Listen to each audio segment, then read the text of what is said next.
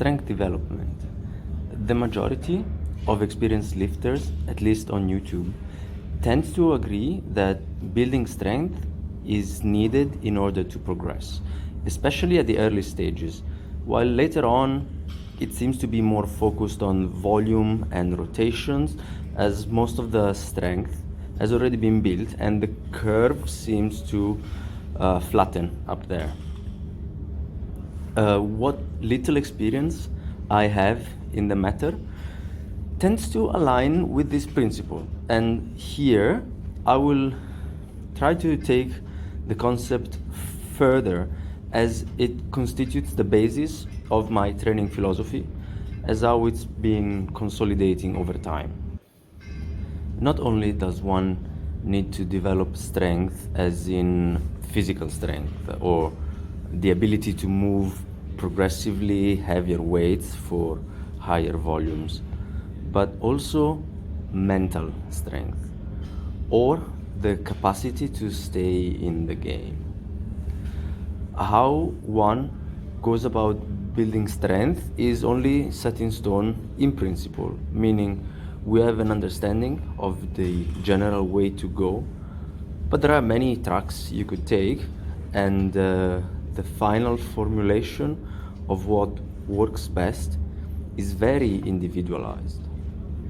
From a purely physiological perspective, if all that's needed for building physical strength is progressively higher stress over time with quality sleep and proper nutrition, someone who doesn't have any experience will have no idea of what to do in practice. That's because our brain needs to form a hierarchy of concepts. But a big issue is, and I'm gonna borrow the language of grammar here, that there are as many coordinates as there are subordinates. Meaning this hierarchy does not only go up and down, it goes left, right, and into the third dimension at different angles too. It's like a tree, and we only have the idea of the tree, and that idea is simple, but at the beginning we don't know what goes on which branch, and it's all blurry in our head. And I say this because I've seen a lot of confusion going back and forth about this stuff here, even from experienced people. Is training more important than how much weight, for how many reps, for how long before going up? Is diet what, 30, 50, 70% of what's needed to grow? Bulk at the beginning, pre-comp if you're obese, cut for the summer, maintain before the next bulk. How many calories? What are the best foods? Or what about sleep? Do we only care about the time slept because it's hard to measure quality? How to improve sleep quality? Do we take supplements? How do you sleep 8 hours a night? How do I go to bed always at the same time? What if I can't fall asleep? How to manage stress? Even experienced people struggle with some, if not many, of these aspects still, years into the game. All these questions, but the premise was very simple. Eat, train, sleep. This was the easy strength to develop, because we have a lot of science telling us what's optimal, what's needed, and they measured all this. But what about mental strength? What is that? The idea is so vague that the image of the tree back then is vivid by contrast. Mental strength in this analogy is the sky. It could be blue and clear on a sunny summer day, and you can see everything on the damn tree, and it's all flourishing.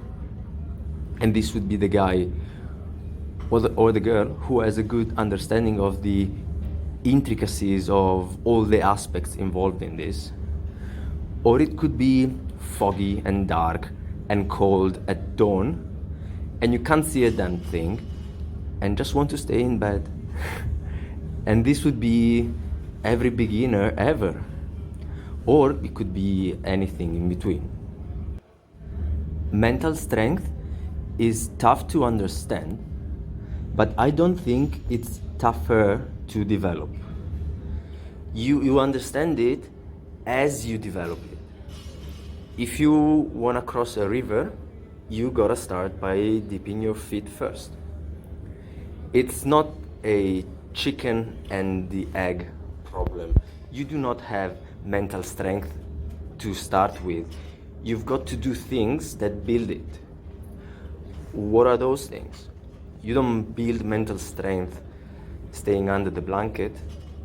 You've got to do things that challenge you. So, what is challenging then? Everything is challenging, man. What changes is not the thing that you do, it's you. Doing the thing changes you. And when you change by doing it, it becomes easier. Why did it become easier to squat 100 kilos? The weight is the same, you are not the same. Why did I drag myself to this crappy 30 minutes bare bones session when training every day after a long day at work? The weather was damp and cold, that cold that seeps into the bone. Having fasted for 24 hours, feeling cold all day long, cycling back and forth, walking to the gym to see it packed like a can of sardines, just to do a few singles at a lower weight, which are not gonna do much for progress anyways. Because I could. This was a shitty session for developing physical strength. Everyone could agree on that. This was also an amazing session for building mental strength. My mind was playing all the dirty tricks on me. You're weak. See, you missed that 80 kilo front squat. By the way, that was a poor decision on my part. I should have settled for 70, but I'm still learning. Or you've been so cold all day long, you even had to wear long sweatpants to go to the gym. That snack you just had before going out for the gym, it could give you cramps. Oh, it's so nice and warm at home. We need a hot shower and more food. I was basically Gollum at this point. Or are you even recording yourself with all these people, these shitty lifts? And what are you gonna say in the video?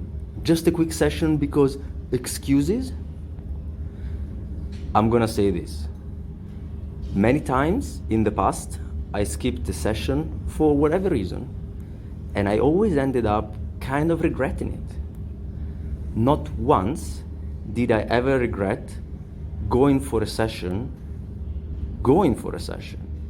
even those I dragged myself to. And that hot shower plus more food, I'll still get those. Ciao.